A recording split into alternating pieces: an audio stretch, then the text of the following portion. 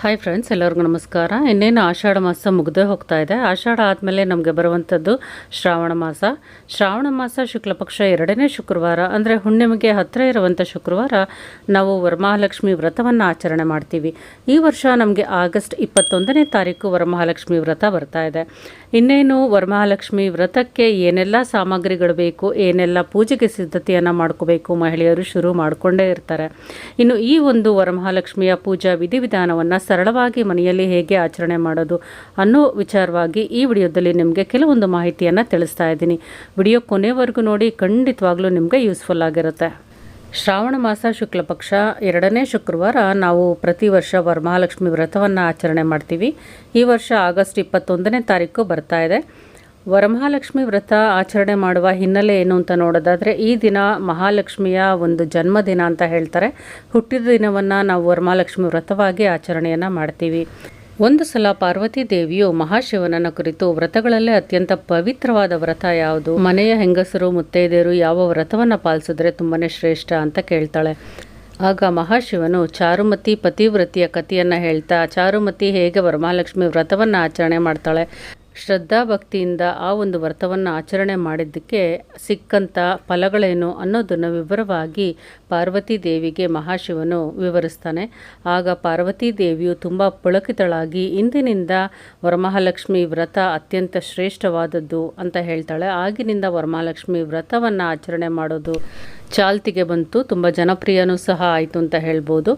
ವರಮಹಾಲಕ್ಷ್ಮಿ ವ್ರತವನ್ನು ಗೃಹಿಣಿಯರು ಮುತ್ತೈದೆಯರು ಶ್ರದ್ಧಾ ಭಕ್ತಿಯಿಂದ ಆಚರಣೆ ಮಾಡಿದ್ರೆ ಅವರ ಇಷ್ಟಾರ್ಥಗಳೆಲ್ಲ ನೆರವೇರಿ ಮನೆಯಲ್ಲಿ ಸಮೃದ್ಧಿ ಉಂಟಾಗುತ್ತೆ ಅಂತ ಹೇಳ್ಬೋದು. ಇನ್ನು ಮದುವೆ ಆಗಬೇಕಾಗಿರುವಂಥ ಕನ್ಯೆಯರು ಈ ಒಂದು ವರಮಹಾಲಕ್ಷ್ಮಿ ವ್ರತವನ್ನು ಆಚರಣೆ ಮಾಡಿದ್ರೆ ಅವರ ಒಂದು ಭವಿಷ್ಯ ತುಂಬಾ ಉಜ್ವಲವಾಗಿರುತ್ತೆ, ಒಳ್ಳೆಯ ವರನನ್ನು ಸಹ ಪಡಿತಾರೆ ಅನ್ನೋ ನಂಬಿಕೆಯೂ ಸಹ ಇದೆ.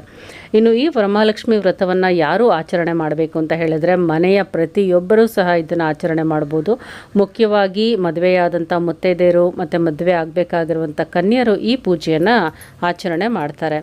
ಇನ್ನು ಈ ಪೂಜೆ ಆಚರಣೆಯನ್ನು ಮನೆ ಮಂದಿಯೆಲ್ಲ ಒಟ್ಟಿಗೆ ಸೇರಿ ಆಚರಣೆ ಮಾಡಿದ್ರೆ ತುಂಬಾ ಶ್ರೇಷ್ಠ ಫಲಗಳನ್ನು ಪಡೆಯಬಹುದು ಅಂತ ಹೇಳ್ತಾರೆ. ಇನ್ನು ಈ ಪೂಜೆಯ ವಿಧಿವಿಧಾನಗಳನ್ನು ಸಂಪೂರ್ಣವಾಗಿ ನೋಡೋಣ.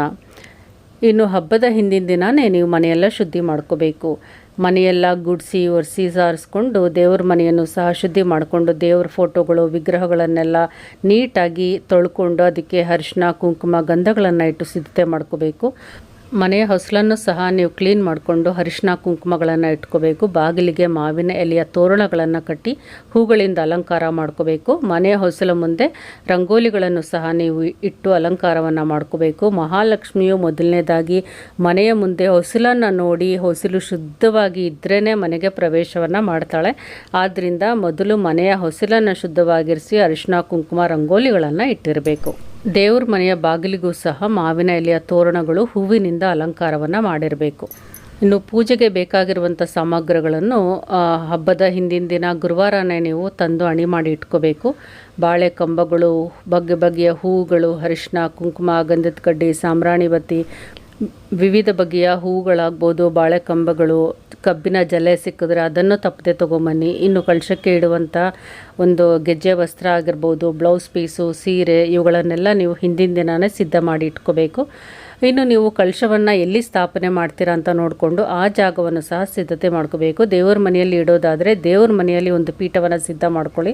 ಅಥವಾ ನೀವು ಹಾಲ್ನಲ್ಲಿ ನಿಮ್ಮ ಮನೆಯ ಲಿವಿಂಗ್ ಏರಿಯಾದಲ್ಲಿ ಇಡ್ತೀರಿ ಅಂತಾದರೆ ಅಲ್ಲಿ ಒಂದು ಟಿಪಾಯಿಯನ್ನು ಹಾಕಿ ನೀವು ಒಂದು ಕಳಶವನ್ನು ಇಡೋದಕ್ಕೆ ಪೀಠವನ್ನು ಹಾಕಿ ರೆಡಿ ಮಾಡಿ ಇಟ್ಕೋಬೇಕು. ಕಳಶಕ್ಕೆ ಸೀರೆ ಉಡಿಸೋದಿದ್ರೆ ಹಿಂದಿನ ದಿನ ಸಂಜೆನೇ ನೀವು ಕಳಶಕ್ಕೆ ಸೀರೆಯನ್ನು ಉಡಿಸಿ ಸಿದ್ಧತೆಯನ್ನು ರಾತ್ರಿನೇ ಮಾಡಿ ಇಟ್ಕೋಬೇಕು. ಬೆಳಿಗ್ಗೆ ನೀವು ಕಳಶಕ್ಕೆ ನೀವು ಅಲಂಕಾರಗಳನ್ನು ಮಾಡಿಕೊಂಡು ಪೂಜೆಯನ್ನು ಸಲ್ಲಿಸ್ಕೋಬೋದು. ಇನ್ನು ದೇವರ ಪ್ರಸಾದಕ್ಕೆ ನೀವು ಒಬ್ಬಟ್ಟು, ಕರ್ಜಿಕಾಯಿ, ರವೆ ಉಂಡೆಗಳು, ವಿವಿಧ ಬಗೆಯ ಒಂದು ಭಕ್ಷ್ಯಗಳನ್ನು ಮಾಡ್ಕೊಳ್ಳೋದಿದ್ರೆ ಹಿಂದಿನ ದಿನವೇ ಅದನ್ನು ಸಹ ನೀವು ಮಾಡಿ ರೆಡಿ ಮಾಡಿ ಇಟ್ಕೋಬೋದು. ಇನ್ನು ಪೂಜಾ ದಿನ ಬೆಳಿಗ್ಗೆ ಬೇಗನೆ ಎದ್ದು ತಲೆಗೆ ಸ್ನಾನ ಮಾಡಿಕೊಂಡು ಮಡಿ ಸೀರೆಯನ್ನು ಮಹಿಳೆಯರು ಉಟ್ಕೋಬೇಕು. ಸಾಧ್ಯವಾದಷ್ಟು ರೇಷ್ಮೆ ಸೀರೆಯನ್ನು ಉಟ್ಕೊಳ್ಳಿ. ಬಳೆಗಳನ್ನು ತೊಟ್ಟು ಮುಖಕ್ಕೆ ಕುಂಕುಮವನ್ನು ಇಟ್ಕೊಂಡು ತಲೆ ಬಾಚಿಕೊಂಡು ನಂತರನೇ ನೀವು ಪೂಜೆಯನ್ನು ಸಲ್ಲಿಸಬೇಕು. ತಲೆಗೆ ಸ್ವಲ್ಪ ಹೂವನ್ನು ಮುಡ್ಕೊಂಡಿರಬೇಕು. ನೀವು ಕೈಗೆ ಬಳೆ, ಮುಖಕ್ಕೆ ಒಂದು ಕುಂಕುಮ ಇಟ್ಕೊಳ್ಳದೆ ಪೂಜೆಯನ್ನು ಸಲ್ಲಿಸಿದ್ರೆ ನಿಮಗೆ ಯಾವುದೇ ರೀತಿಯಾದ ಫಲ ಸಂಪೂರ್ಣವಾಗಿ ಸಿಗೋದಿಲ್ಲ. ಇನ್ನು ಮೊದಲನೇದಾಗಿ ನೀವು ದೇವರಿಗೇನಾದರೂ ಬೆಲ್ಲದ ಒಂದು ನೈವೇದ್ಯವನ್ನು ಮಾಡ್ಕೊಳ್ಳೋದಿದ್ದರೆ ನೈವೇದ್ಯವನ್ನು ಮೊದಲು ಸಿದ್ಧತೆಯನ್ನು ಮಾಡಿಕೊಂಡು ನಂತರ ಪೂಜೆಗೆ ಅಣಿ ಮಾಡ್ಕೋಬೇಕು. ಕಳಶ ಸ್ಥಾಪನೆ ಮಾಡುವಂಥವರು ನೀವು ಪೂರ್ವಾಭಿಮುಖ ಅಥವಾ ಉತ್ತರಾಭಿಮುಖವಾಗಿ ಕಳಶವನ್ನು ಇಡೋ ರೀತಿ ಜಾಗವನ್ನು ನೀವು ನೋಡ್ಕೋಬೇಕು.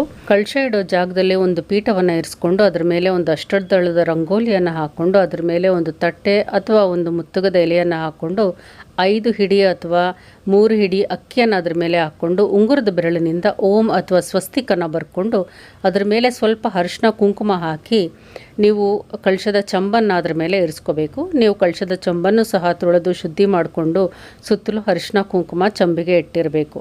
ಇನ್ನು ಚಂಬಿನ ಒಳಗಡೆ ನಿಮ್ಮ ಪದ್ಧತಿಯ ಪ್ರಕಾರ ನೀರನ್ನು ಹಾಕ್ಕೋಬೋದು ಅಥವಾ ನೀವು ಧಾನ್ಯಗಳನ್ನು ತುಂಬಿಸೋದಾದರೆ ಅಕ್ಕಿ ಗೋಧಿಯಿಂದನೂ ಸಹ ನೀವು ಕಳಶವನ್ನು ತುಂಬಿಸ್ಕೋಬೋದು. ನಿಮ್ಮ ಮನೆಯ ಪದ್ಧತಿ ಪ್ರಕಾರ ನೀವು ಏನು ತುಂಬಿಸ್ಬೇಕೋ ಅದನ್ನು ತುಂಬಿಸಿ ನಂತರ ಕಳಶದ ಒಳಗಡೆ ನೀರನ್ನು ತುಂಬಿಸಿ ಆದಮೇಲೆ ಸ್ವಲ್ಪ ಅರಿಶಿನ ಕುಂಕುಮ ಅಕ್ಷತೆ ಹೂವು ಒಂದು ಬೆಳ್ಳಿ ಕಾಯಿನ್ ಒಂದು ಚಿನ್ನದ ಉಂಗುರ ಅಥವಾ ಒಂದು ಒಡವೆ ಏನಾದರೂ ಚಿಕ್ಕದಾಗಿ ಅದರ ಒಳಗಡೆ ಹಾಕ್ಕೋಬೋದು.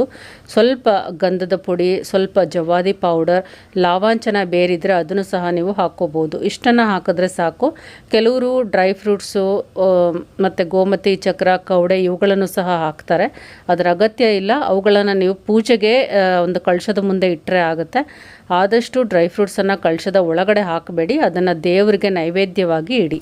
ನಂತರ ಕಳಶದ ಕಂಠಕ್ಕೆ 5 ವೀಳ್ಯದೆಲೆಯನ್ನು ಇಟ್ಕೋಬೋದು ಅಥವಾ ಮಾವಿನ ಎಲೆಯ ಗೊಂಚಲನ್ನು ಸಹ ಇಟ್ಕೋಬೋದು. ಅದರ ಮೇಲೆ ಕಾಯಿಯನ್ನು ಇರಿಸಬೇಕು. ಜುಟ್ಟು ಮೇಲ್ಗಡೆ ಬರೋ ರೀತಿ ಒಂದು ಬಲ್ತಿರುವಂಥ ಜಾಸ್ತಿ ನೀರು ಇರುವಂಥ ಕಾಯಿಯನ್ನು ಒಂದು ಚಂಬಿನ ಮೇಲೆ ಅಂದರೆ ಕಳಶದ ಚಂಬು ಅದ್ರ ಮೇಲೆ ಇರಿಸ್ಕೋಬೇಕು. ಕಾಯಿಗೂ ಸಹ ಅರಿಶಿನ ಕುಂಕುಮವನ್ನು ಇಟ್ಟಿರಬೇಕು. ನಂತರ ಕಳಶಕ್ಕೆ ನಿಮ್ಮ ಇಚ್ಛೆಯಾನುಸಾರ ಗೆಜ್ಜೆಯ ವಸ್ತ್ರ ಒಂದು ತಾಳಿ ಸರ ಒಡವೆಗಳಿಂದ ಹೂಗಳಿಂದ ಅಲಂಕಾರವನ್ನು ಮಾಡ್ಕೋಬೇಕು. ನೀವು ಸೀರೆಯನ್ನು ಉಡಿಸೋದಾದರೆ ಸೀರೆಯನ್ನು ಹಿಂದಿನ ದಿನವೇ ಉಡಿಸಿ ರೆಡಿ ಮಾಡಿ ಇಟ್ಕೊಂಡಿರಬೇಕು. ಕೆಲವರು ಒಂದು ಬಿಂದಿಗೆಗೆ ಸೀರೆಯನ್ನು ಉಡಿಸಿ ಒಂದು ತಾಯಿಯ ಸ್ವರೂಪವನ್ನು ಮಾಡ್ಕೋತಾರೆ. ಅದರ ಮುಂದೆ ಕಳಶವನ್ನು ಸಪ್ರೇಟಾಗಿ ಸ್ಥಾಪನೆ ಮಾಡ್ಕೋತಾರೆ. ಆ ರೀತಿಯೂ ಸಹ ಮಾಡ್ಕೋಬೋದು. ಗಣೇಶನ ವಿಗ್ರಹ ಇದ್ದರೆ ಕಳಶದ ಬಲಬದಿಯಲ್ಲಿ ಗಣೇಶನ ವಿಗ್ರಹವನ್ನು ಇಟ್ಕೊಳ್ಳಿ ಅಥವಾ ಒಂದು ಆರಿದ್ರ ಗಣಪತಿಯನ್ನು ಅರಿಶಿಣದಿಂದ ಮಾಡಿಕೊಂಡು ಅಂದರೆ ಗೋಪುರಾಕಾರವಾಗಿ ಟ್ರಯಾಂಗಲ್ ಶೇಪಲ್ಲಿ ಒಂದು ಆರಿದ್ರ ಗಣಪತಿಯನ್ನು ಮಾಡಿಕೊಂಡು ಅದನ್ನು ಕಳಶದ ಬಲಬದಿಯಲ್ಲಿ ಇಟ್ಕೊಂಡು ಅದರಿಂದ ನೀವು ಮೊದಲನೇದಾಗಿ ವಿಘ್ನ ವಿನಾಯಕನಿಗೆ ಪೂಜೆಯನ್ನು ಸಲ್ಲಿಸಬೇಕಾಗತ್ತೆ. ಪೂಜೆಯನ್ನು ಶುರು ಮಾಡೋದಕ್ಕಿಂತ ಮುಂಚೆ ಮೊದಲು ಘಂಟಾನಾದವನ್ನು ಮೊಳಗಿಸ್ಕೋಬೇಕು. ಇದು ಮನೆಯಲ್ಲಿರುವ ನೆಗೆಟಿವ್ಸ್ ಎಲ್ಲ ಹೊರಗಡೆ ಹಾಕುತ್ತೆ. ಘಂಟಾನಾದವನ್ನು ಮೊಳಗಿಸ್ಕೊಂಡು ಏಕಾರತಿಯಿಂದ ಅಥವಾ ಅಗರಬತ್ತಿಯಿಂದ ದೀಪಗಳನ್ನು ಬೆಳಗಿಸ್ಕೋಬೇಕು. ದೀಪಗಳಿಗೆ ಆದಷ್ಟು ಇವತ್ತು ತುಪ್ಪವನ್ನು ಹಾಕಿ ಬೆಳಗೋದಕ್ಕೆ ಪ್ರಯತ್ನ ಮಾಡಿ, ತುಂಬಾ ಶ್ರೇಷ್ಠ. ದೀಪ ಬೆಳಗಿಸ್ಕೊಂಡಾದಮೇಲೆ ಗಂಧದ ಕಡ್ಡಿಯನ್ನು ಹಚ್ಕೊಂಡು ಮೊದಲು ವಿಘ್ನ ವಿನಾಯಕನಿಗೆ ಪೂಜೆಯನ್ನು ಸಲ್ಲಿಸಬೇಕು. ಗಣೇಶನ ಮಂತ್ರಗಳನ್ನು ಹೇಳಿಕೊಂಡು ಪೂಜೆಯನ್ನು ಸಲ್ಲಿಸಿ ಗಣೇಶನಿಗೆ ಒಂದು ಅಚ್ಚು ಬೆಲ್ಲವನ್ನು ನೈವೇದ್ಯವಾಗಿ ಸಮರ್ಪಿಸಬೇಕು. ನಂತರ ಈಗ ವರಮಹಾಲಕ್ಷ್ಮಿಯ ಪೂಜೆಯನ್ನು ಶುರು ಮಾಡಬೇಕು. ವರಮಹಾಲಕ್ಷ್ಮಿ ವ್ರತದ ಪುಸ್ತಕ ಸಿಗುತ್ತೆ. ಅದನ್ನು ನೀವು ನೋಡಿಕೊಂಡು ಸಂಪೂರ್ಣವಾಗಿ ಅದರಲ್ಲಿ ಪ್ರೊಸೀಜರ್ ಕೊಟ್ಟಿರ್ತಾರೆ. ನೀವು ಅದನ್ನು ನೋಡಿಕೊಂಡು ಪೂಜೆಯನ್ನು ಸಲ್ಲಿಸ್ಬೋದು ಅಥವಾ ಈಗ ನಾನು ಹೇಳುವಂಥ ಒಂದು ವಿಧಿವಿಧಾನವನ್ನು ಸರಳವಾಗಿ ನೀವು ಆಚರಣೆಯನ್ನು ಮಾಡ್ಕೋಬೋದು. ಇನ್ನು ನೈವೇದ್ಯಕ್ಕೆ ನೀವು ಮಾಡಿಟ್ಟಿರುವಂಥ ತಿಂಡಿಗಳನ್ನು ಕಳಶದ ಮುಂದೆ ಜೋಡಿಸ್ಕೋಬೇಕು. 3, 5, 7, 9 ಈ ರೀತಿ ಬೆಸ ಸಂಖ್ಯೆಯಲ್ಲಿ ತಟ್ಟೆಗಳನ್ನು ಜೋಡಿಸ್ಬೋದು. ಒಂದರಲ್ಲಿ ಮಾಡಿರುವಂಥ ನೈವೇದ್ಯಗಳನ್ನು ಇಟ್ಕೊಳ್ಳಿ, ಇನ್ನೊಂದರಲ್ಲಿ ವೀಳ್ಯದೆಲೆ ಅಡಿಕೆ 5 ರೀತಿ ಹಣ್ಣುಗಳು ಅಥವಾ 1 ರೀತಿ ಅಥವಾ 3 ರೀತಿ ಹಣ್ಣುಗಳನ್ನು ಇಟ್ಕೋಬೋದು. ಇನ್ನೊಂದರಲ್ಲಿ 32 ಕಾಯಿನ್ಸನ್ನು ಇಟ್ಕೊಂಡು ಅದರ ಜೊತೆ ನಿಮ್ಮ ಇಚ್ಛೆಯಾನುಸಾರ ದುಡ್ಡು ನೋಟುಗಳನ್ನು ಹಾಕ್ಬೋದು, ಇಡ್ಬೋದು. ಇನ್ನೊಂದರಲ್ಲಿ ತೆಂಗಿನಕಾಯನ್ನು ಇಡ್ಬೋದು, ಇನ್ನೊಂದರಲ್ಲಿ ಬಳೆಗಳನ್ನು ಇಡ್ಬೋದು. ನಿಮ್ಮ ಇಚ್ಛೆಯಾನುಸಾರ ನಿಮಗೆ ಸಾಧ್ಯವಾಗುವಷ್ಟು ತಟ್ಟೆಗಳನ್ನು ಕಳಶದ ಮುಂದೆ ನೈವೇದ್ಯವಾಗಿ ಜೋಡಿಸಿ ಇಡ್ಬೋದು.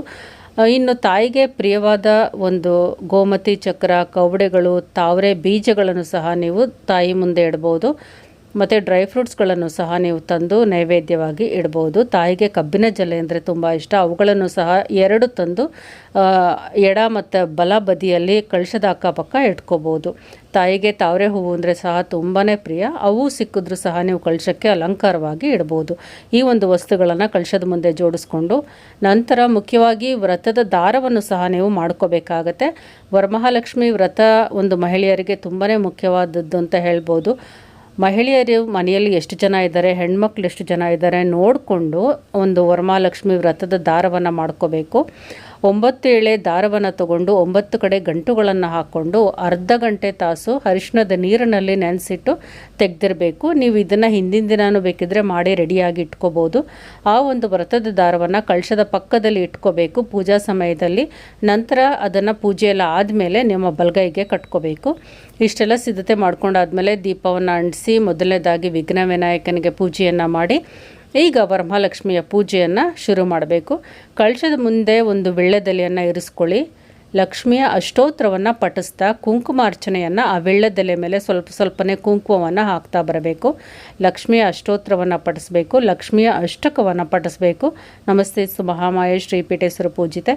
ನಂತರ ನಿಮಗೆ ಸಮಯ ಇದ್ದರೆ ವಿಷ್ಣುವಿನ ಅಷ್ಟೋತ್ತರವನ್ನು ಸಹ ಇಲ್ಲಿ ಪಠಿಸಿದ್ರೆ ತುಂಬಾ ಉತ್ತಮ.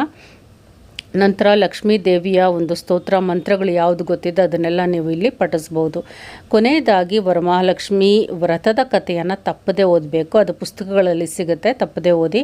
ಅಥವಾ ಆಡಿಯೋಗಳು ಸಿಗುತ್ತೆ, ಅದನ್ನು ಹಾಕ್ಕೊಂಡು ಕೇಳಿ ನಂತರ ನೀವು ಪೂಜೆಯನ್ನು ಮುಂದುವರಿಸಬೇಕು. ವ್ರತದ ಕಥೆ ಓದಿ ಆದಮೇಲೆ ಗಂಧದ ಕಡ್ಡಿ, ಕರ್ಪೂರ, ಸಾಂಬ್ರಾಣಿ ಬತ್ತಿಯಿಂದ ಪೂಜೆಯನ್ನು ಮಾಡಿ ನೀಲಾಂಜನ ದೀಪಗಳಿಂದ ತಾಯಿಗೆ ಒಂದು ದೀಪವನ್ನು ಮಾಡಬೇಕು, ದೀಪದ ಆರತಿಯನ್ನು ಮಾಡಬೇಕು. ನಂತರ ನೈವೇದ್ಯವನ್ನು ತಾಯಿಗೆ ಸಮರ್ಪಣೆ ಮಾಡಬೇಕು. ನಿಮ್ಮ ಇಷ್ಟಾರ್ಥಗಳೇನಿದೆ ಅದು ತಾಯಿಯಲ್ಲಿ ಇಟ್ಟು ತಾಯಿಯಲ್ಲಿ ಕೋರಿಕೆಯನ್ನು ಕೇಳಿಕೊಂಡು ನಮಸ್ಕಾರಗಳನ್ನು ಮಾಡ್ಕೋಬೇಕು. ನಂತರ ಮನೆ ಮಂದಿ ಎಲ್ಲ ತಾಯಿಗೆ ಒಂದು ಪ್ರಾರ್ಥನೆಯನ್ನು ಮಾಡಿಕೊಂಡು ಮಂಗಳಾರತಿಯನ್ನು ತಗೋಬೇಕು. ಪೂಜೆಯೆಲ್ಲ ಮುಗಿದ ಮೇಲೆ ನೀವು ವ್ರತದ ದಾರ ಏನು ಇಟ್ಟಿರ್ತೀರ ಪೂಜೆಗೆ ಅದನ್ನು ತೆಕ್ಕೊಂಡು ಮನೆಯ ಯಜಮಾನ್ರ ಕೈಯಿಂದ ನಿಮ್ಮ ಬಲಗೈಗೆ ಕಟ್ಟಿಸ್ಕೋಬೇಕು. ಮನೆಯಲ್ಲಿ ಎಷ್ಟು ಜನ ಮಹಿಳೆಯರು, ಹುಡುಗಿರು, ಕನ್ಯರಿದ್ದರು ಅವ್ರುಗಳೆಲ್ಲರೂ ಈ ಒಂದು ವ್ರತದ ದಾರವನ್ನು ಒಂದು ಕೈಗೆ ಬಲಗೈಗೆ ಕಟ್ಟಿಸ್ಕೋಬೇಕು. 21 ದಿನಗಳಾದ ನಂತರ ಆ ವ್ರತದ ದಾರವನ್ನು ತೆಗೆದು ಹಾಕ್ಬೋದು.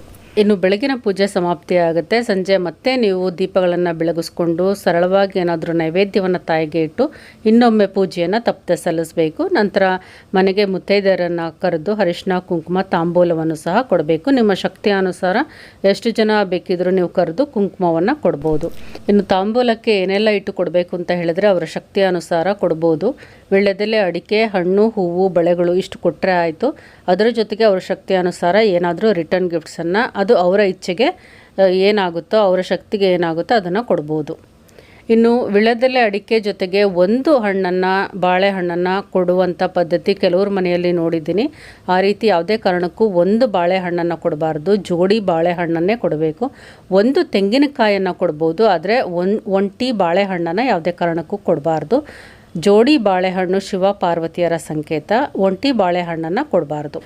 ಇನ್ನು ಕಳಶ ಕದಲಿಸೋದು ನೀವು ಶುಕ್ರವಾರ ರಾತ್ರಿಯೇ ಮಾಡ್ಬೋದು. ನಾನು ದೇವಸ್ಥಾನದ ಅರ್ಚಕರಲ್ಲಿ ಕೇಳಿ ತಿಳ್ಕೊಂಡಿರೋ ಪ್ರಕಾರ ಶುಕ್ರವಾರ ರಾತ್ರಿಯೇ ಕಳಶ ಕದಲಿಸೋದು ಉತ್ತಮ ಅಂತ ಹೇಳಿದ್ರು. ಶನಿವಾರ ಕೆಲವೊಮ್ಮೆ ಒಳ್ಳೆಯ ಸಮಯ ಇರೋದಿಲ್ಲ. ಆದ್ದರಿಂದ ಶುಕ್ರವಾರ ರಾತ್ರಿ ನೀವು 9 ಗಂಟೆ ನಂತರ ಕಳಶವನ್ನು ಕದಲಿಸ್ಬೋದು. ಮೊದಲು ನೀವು ಕೆಂಪಾರತಿಯನ್ನು ಮಾಡಬೇಕು. ನಂತರ ಕಳಶದ ಬಲಗಡೆ ಮೂರು ಸಲ ಕಳಶವನ್ನು ಜರುಗಿಸ್ಬೇಕು. ನಂತರ ಹೂವನ್ನು ಸ್ವಲ್ಪ ಕೆಳಗಡೆ ಹಾಕಬೇಕು.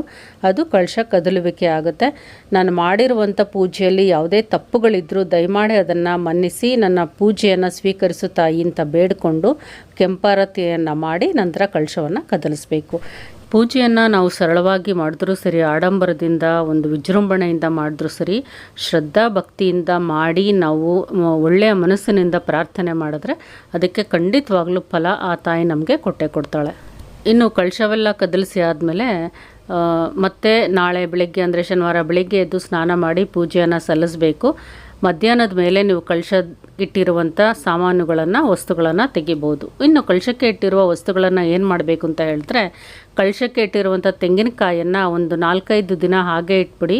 ಅಂದರೆ ನೀವು ಶುಕ್ರವಾರ ಪೂಜೆ ಮಾಡಿರ್ತೀರ, ಸೋಮವಾರದ ನಂತರ ಕಾಯಿಯನ್ನು ಹೊಡೆದು ಅದರಿಂದ ಒಂದು ಸ್ವೀಟನ್ನು ಮಾಡಿಕೊಂಡು ಮನೆ ಮಂದಿ ಎಲ್ಲ ಹಂಚ್ಕೊಂಡು ತಿನ್ಬೋದು.